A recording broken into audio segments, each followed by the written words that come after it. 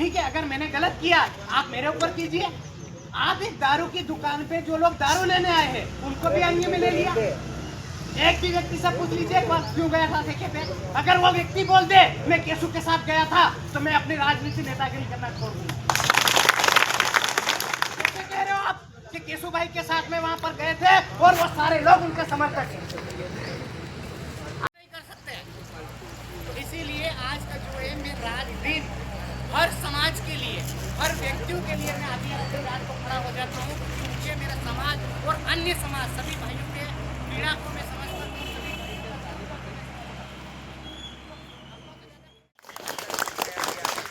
आप लोगों ने आज मेरा जो समर्थन दिया है उसके लिए आपको बहुत बहुत धन्यवाद देना चाहूँगा। इसी के साथ अपन यहाँ से अभी पैदल मार्च के रूप में थाने पे जाएंगे और वहाँ से उन लोगों से सवाल जवाब करेंगे। और मेरे साथ थाने पे आए तो अन्य साथी अच्छा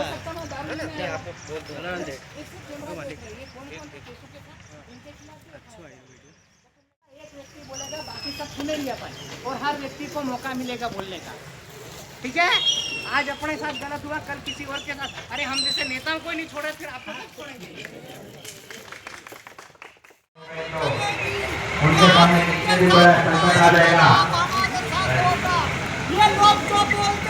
तो वह लड़ने में पीछे नहीं हटेंगे। इसलिए आप सभी युवा साथी, बड़े बुजुर्ग, माताएं, बहनें, काका काकी, बाबा भाभी, शोषित वंचित पीड़ित सभी युवा साथियों से निवेदन है कि आप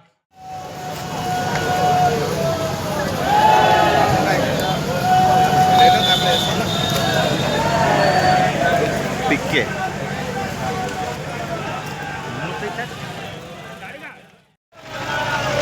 जोर जुल्म की टक्कर में केशु भाई संघर्ष करो, केशु भाई संघर्ष करो। अनुसूचित क्षेत्र में शराब की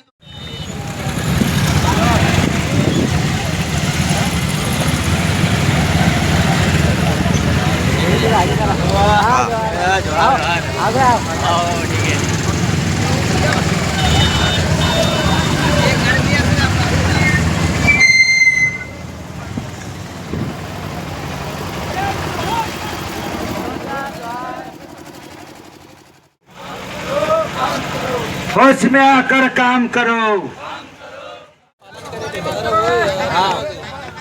अपने को अपनी बात रखनी है, अपने लीडरों की बात माननी है। यहाँ पर जय जवान।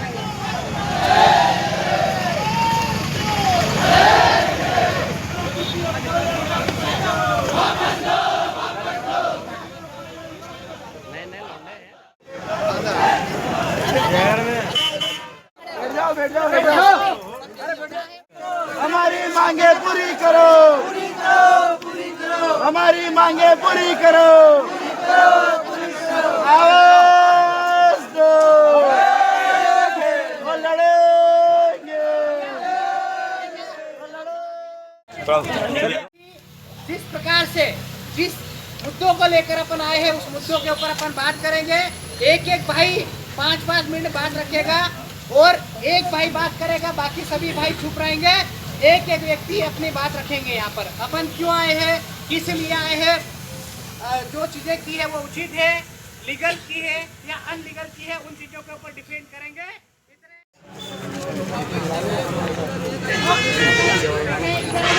आप लोग साइड में कोई भी नहीं रहेगा,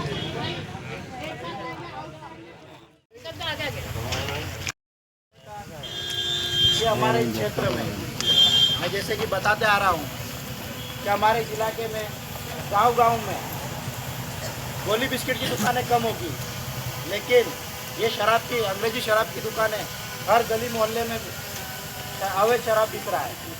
इस विषय में क्या किसी ने कदम उठाया?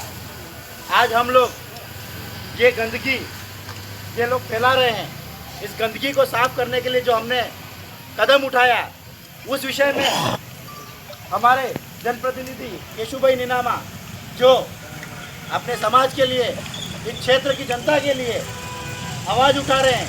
ये गंदगी जो ये शराब की दुकानों के माध्यम से हमारे गांव में, शिवगढ़ गांव में जो फैला रहे हैं, इसके खिलाफ आवाज़ उठाई तो उनके ऊपर मुकदमे कर दिए गए।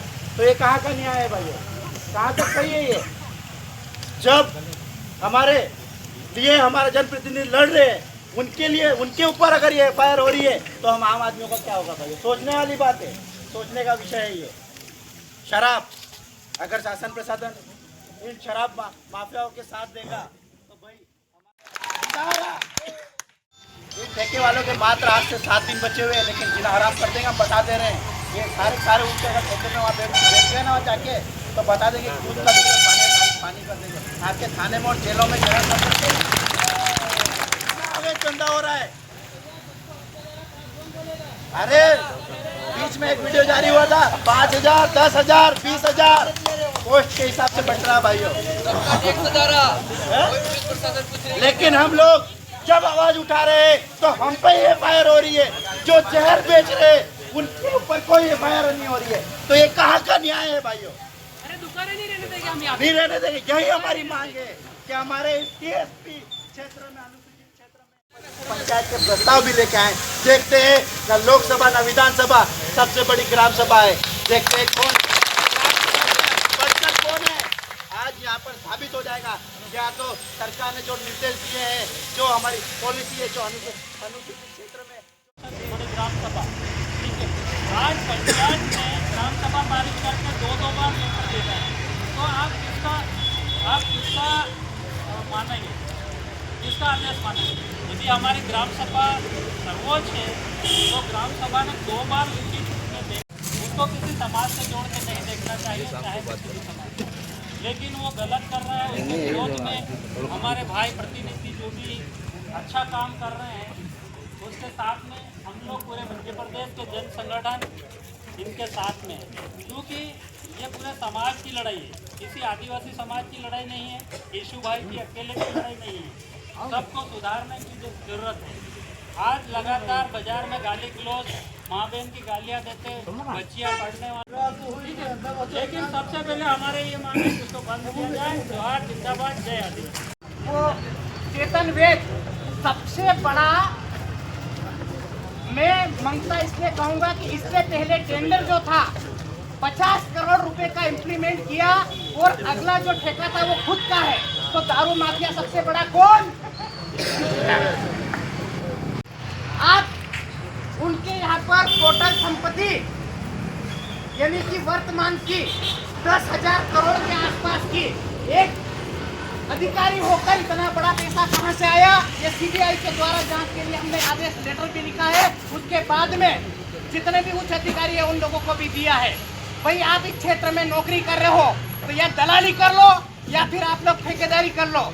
अगर चेतन व्यास, वो जो चेतन वेद इतना बड़ा माफिया है, उनमें जो पैसा है आप खुद चेक करिए वो पैसा कहां से आया।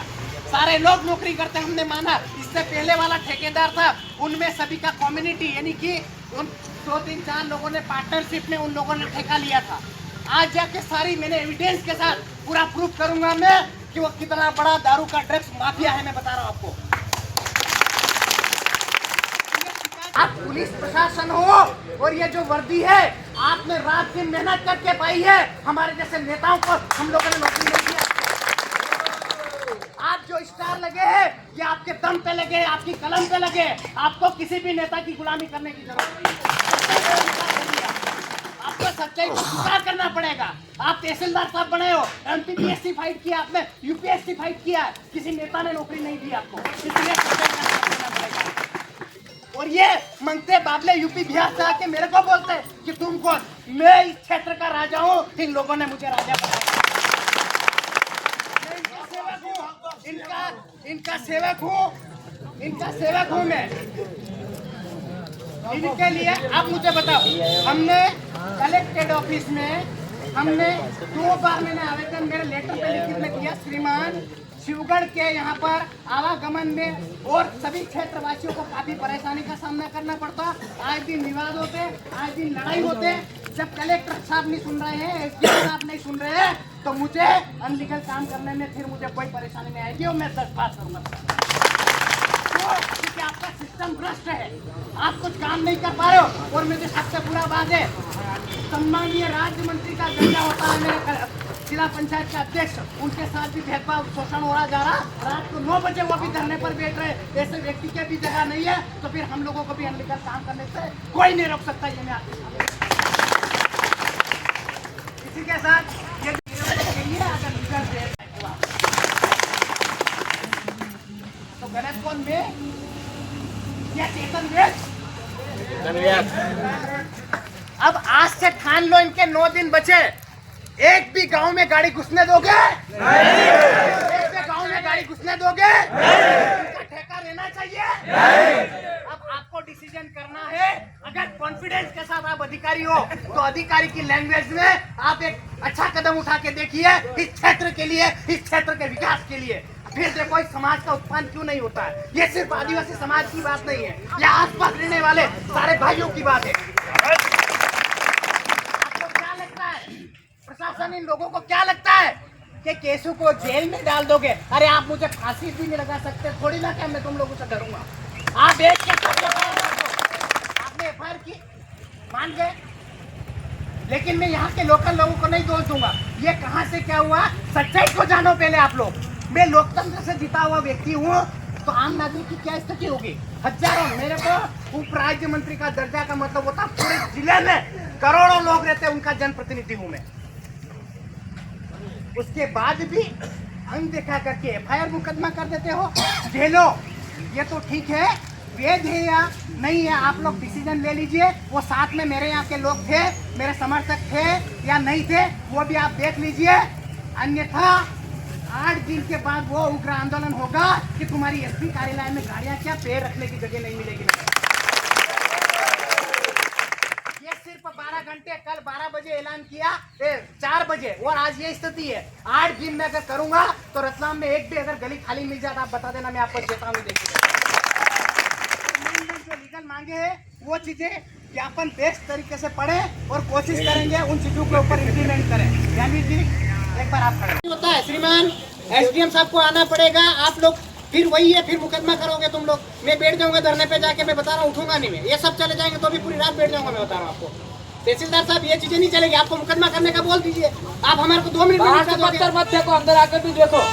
थोड़ा सा बैठ जाओ, थोड़ा सा सभी साथियों से निवेदन है कि पहली प्राथमिकता ये होती है सुनना कि हम लोग आए हैं न्याय के लिए। आप गंभीरता से, आपको अगर लाइसेंस देने का अधिकार है राजस्व को, तो यहाँ पर सुनने का भी अधिकार हमारा रखिए। हम और ये आप दोनों तहसीलदार साहब, हम आपसे मिलते रहते हैं, हम क्या वो चीजें करेंगे। आप यहाँ